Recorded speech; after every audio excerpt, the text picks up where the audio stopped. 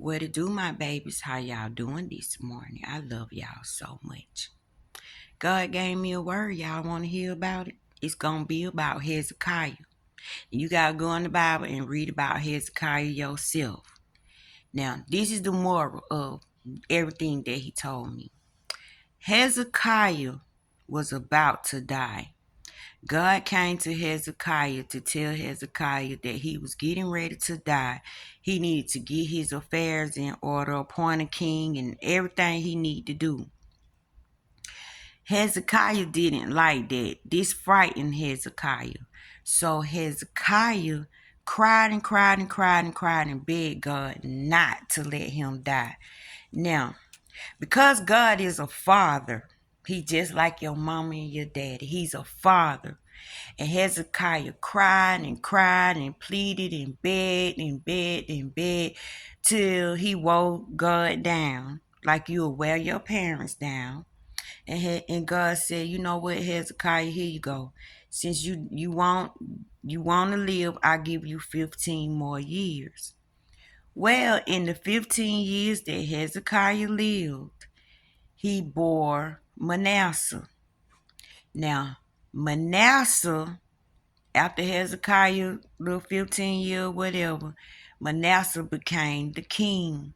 Y'all, turns out Manasseh turned out to be evil. God couldn't stand him. He disgusted God. God was not pleased with him. And Manasseh hurt a lot of God people. He made a lot of God people suffer and suffer and suffer. And he said, this never would have happened if Hezekiah would have just came with him when he told Hezekiah to come with him. Now, the moral of the story is, to get down to the rooter to the tutor, do you trust the wisdom of God? Do you trust in the wisdom of God? A lot of people out here talking about they love God because they used to just saying it out of their mouth because that's how they was raised, because that's what the family say you supposed to do. But a lot of people is like clanging, just a bunch of clanging noise, and that hurt God ears. It get on God's nerves, and he cannot stand it because they don't have a real relationship with him. So if you don't have a real relationship with him, you don't even take the time to read the word. You can find a word from the Quran. You can find a word from the Bible. I mean, you can find the word on the internet, on YouTube. Somebody is preaching the word of God. So don't nobody have an excuse. I hope y'all know that, right? So if God say, come with me, you better take your butt on. This life, everybody got an expiration date. But if the master, the creator, say, prepare, you're going to leave, you're no longer going to be here, get your affairs in order, you better get your affairs in order. Now, I had a dream about bubbles. And y'all, I made a video about bubbles, and you can go look for it through my videos. It's got bubbles, and it even got bubble emojis next to it. Inside these bubbles was something blue, something that God placed inside these bubbles. How did I see these bubbles? I was at the bottom of the ocean. Yes, I was standing in the bottom of the ocean with Jesus, and he was showing me what was taking place. Y'all better start saying Jesus ain't real, because it's too many people seeing the risen Lord right now. Whether imagination created him or however he came about, he's real. It's too many witnesses that are seeing him, especially in a time like this. He's not hiding himself from nobody. Now, in these bubbles, they rose to the surface and they floated, and it looked like they were all in the air. You know how you blow the bubbles in the air and they just go everywhere, and they was going towards land. My granddaughter just left this morning. She spent the weekend with me. Bless her heart. I call her Bubbles. So I spent time with Bubbles. I was talking to Bubbles' mama about the Bubble Dream, and she told me about a little anime called Home. It's about a little being named O, and he has the voice of Sheldon, right? But in this, something was happening on their planet just like ours. Things were being destroyed just like ours, and they had to go somewhere else. And all of them had bubbles. So many bubbles. Everybody had bubbles, but they had their things that matter to them inside the bubbles. Like things that they wanted in the bubbles was in the bubbles. Things that they needed was inside the bubbles for them to take to the new place that they was inhabiting. Well, when the little beings inhabited the earth, they moved the people that was on the earth, they moved them somewhere else and they lived there. That's what I got out of it. I looked at a little bit of it. I didn't finish it. I didn't finish it. It started creeping me out. God said in these days, old men, children, babies, you name it, they gonna be dreaming, having visions, prophesying, all that stuff he said was gonna taking place, because y'all is happening to me. I cannot stop having prophetic dreams. I cannot stop having visions. I cannot stop testifying. I can't. I'm addicted. I'm obsessed. Let me tell you what God gave me as a revelation for all of this. He said, people looking for me to come, but I've already came. The shift has already taken place. We may be around here looking at each other, but baby, everybody is not on the same page. Everybody is not in the same realm. And everybody is not on the same level consciously and in lifestyle wise. Just take a look. And common sense wise, just take a look. You are up here and you're trying to fit in down here, and it's not going to work. God has already taken the people up here out. You are on the new earth already. And how do you know? You don't have anything. You done lost everything. You losing relationships. Marriages are being broke up. You becoming homeless. You becoming jobless. It's like you getting stripped. Everything being ripped. All you doing is getting hit. You know why? Because you can't take none of this stuff with you. You cannot take anything, nothing of this world into the new earth. And everything that was in those bubbles, it has now been revealed to me that those are your provisions. God said no longer will your provisions come from worldly things. Everything my people have, I'm going to give. God is now our shepherd. We really shall not want. All those bubbles are being drawn by frequency and alignment. Check this month out in August. Everything that goes around, come around. Everything you put out gonna come back. Everything you doing is being revealed. Everything you trying to manifest is manifesting. Everything you deserve is coming right back to you. We looking at each other. We upset with each other.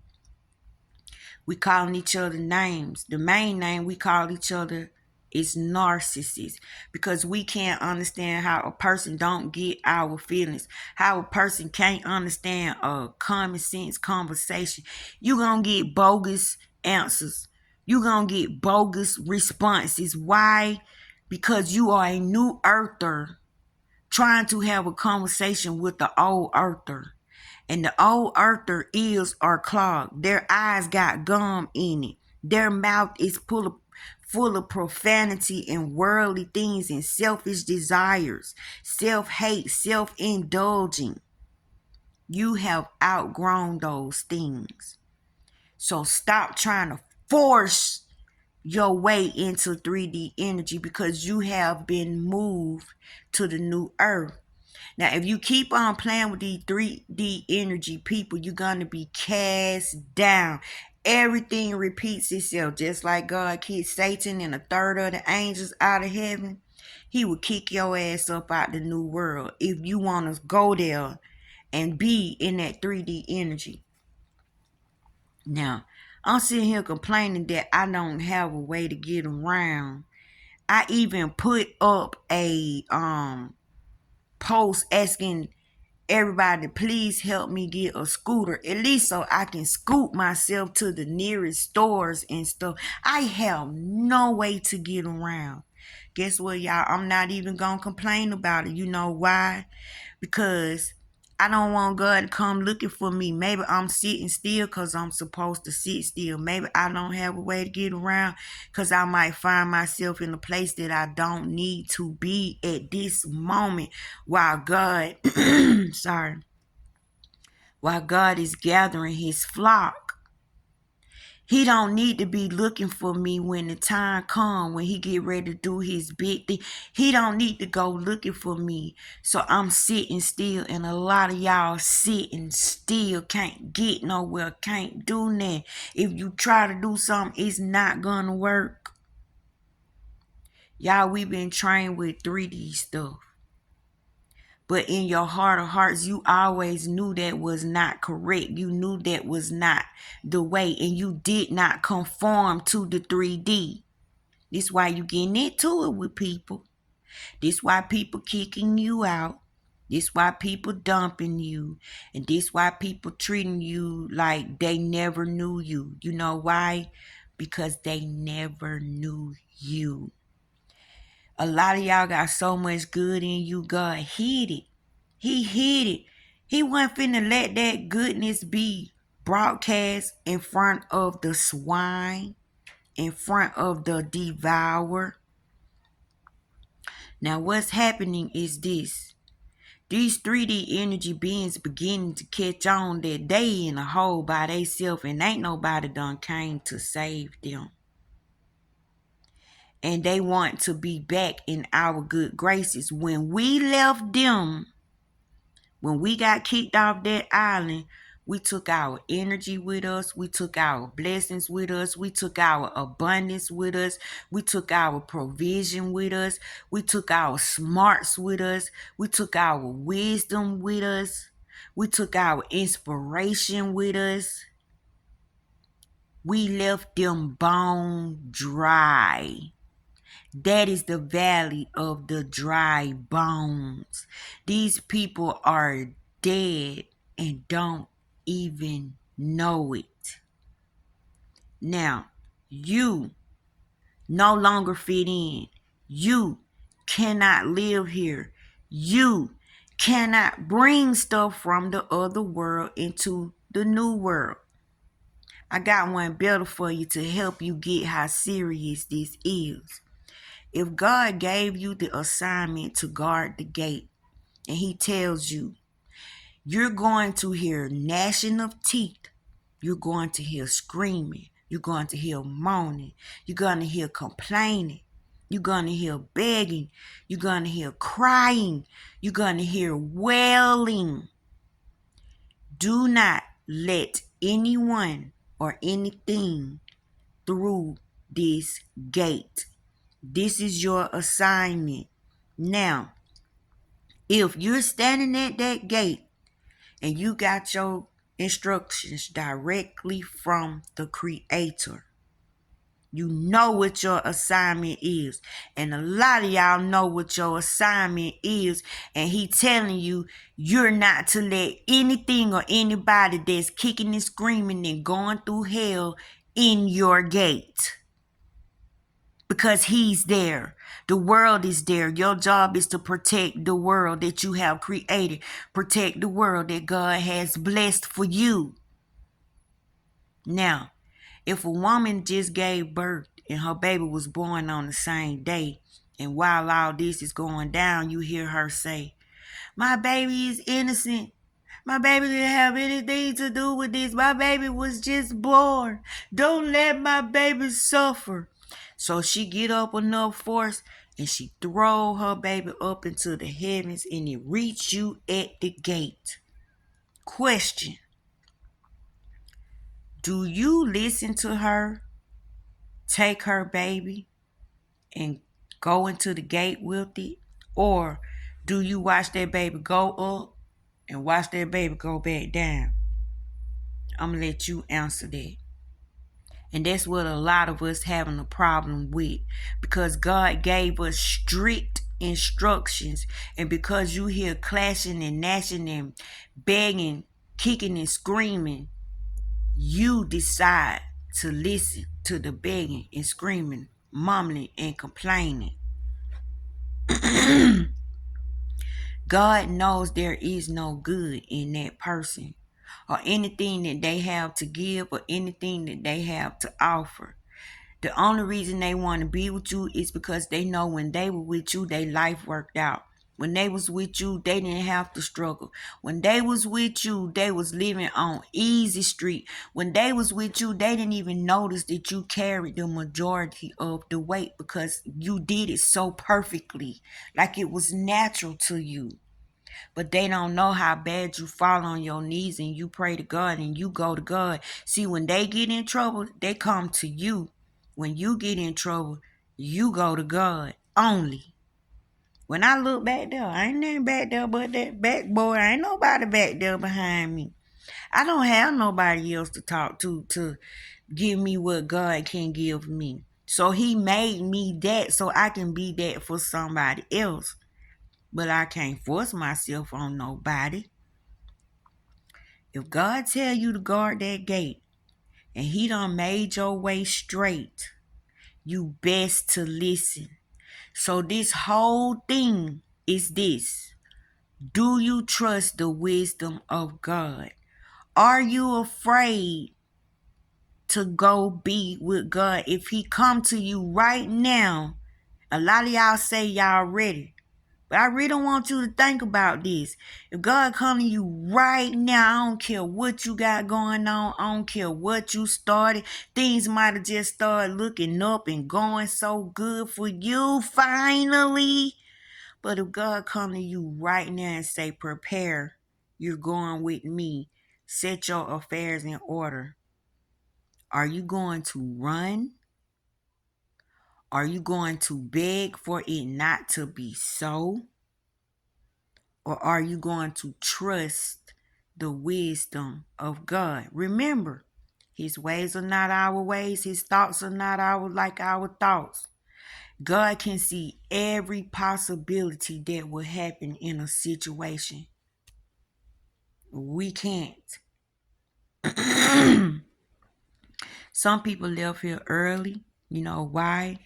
Because good gets tainted. God could have saved you from something that's happening years from now, and he don't want you to experience it. You never know why God calls a person home. And we get so mad because we be so attached to people and faces and memories, and we're forgetting that none of us belong to ourselves. We're forgetting that this is the process of life. I got another one for you. If God tell you he's going to give you a child, and this child will only live to be 8 years old. If God tell you one day this baby's going to go off to school and never come back, but I want you to raise this baby. I want this baby to be with you.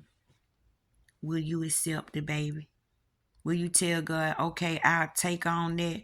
Or will you say, well, shit, if the baby gonna die at 8 years old, hell no, I don't want to go through that. Keep the baby.